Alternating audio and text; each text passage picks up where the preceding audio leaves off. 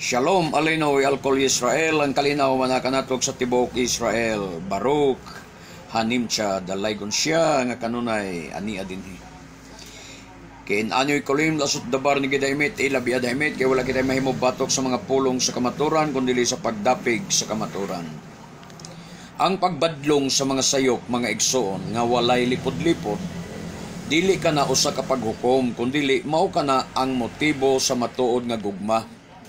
Apan ang paghapuhap ug ang mga pagtalo-talo, mga pag-ulog-ulog ngadto sa mga tao, ngadto sa imong mga membro, mao kana ang motibo sa salingkapaw nga gugma.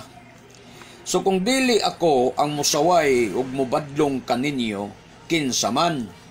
Kung dili mo nako karon badlongon, kanus aman. Unya na akong ulahin ang tanan. Sumala diri sa Jeremias 4:22 nag-ingon ang Adonai, mga buang-buang ang akong katawhan, wala sila makaila kanako, sama sila sa kabataan nga walay buot, wala sila'y sa labutan, hanas na sila sa pagbuhat ug dautan, apan dili sila maantigong mubuhat sa maayo.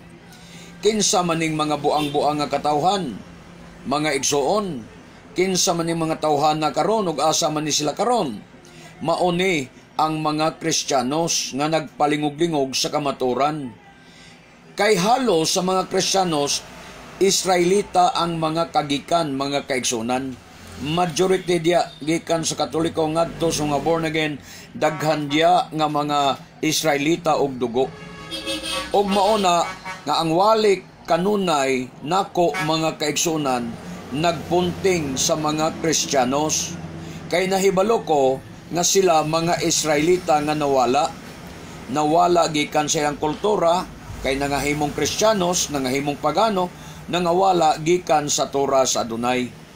So mo na nga akong mga pagwali nagtumong sa mga Kristiyanos kay naadya ang mga kaliwatan sa Israel nga gitawag sa Adonai og iyang katawhan.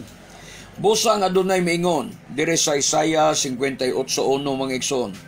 Singgit og kusog ug ayaw pagpugong-pugong. Ipatugbaw ang imong tingog sama sa trompeta.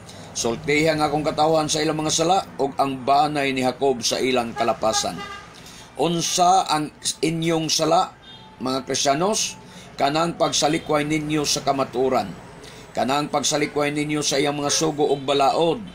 Pagsalikway ninyo sa Torah sa Elohim. Ug kanang dili ninyo pagsagop sa tinuuhan sa mga Hudyo. Kay nagtukod hinuon mog inyong kaugalingong reliyon, nagtukod hinuon mog inyong kaugalingong mga doktrina, mga sikta.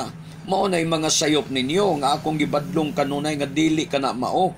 Ug labaw sa tanan kanang inyong pagsimba sa mga rebulto, mga Dios nga hinimura sa mga palahubog. Mao na ang inyong mga sala.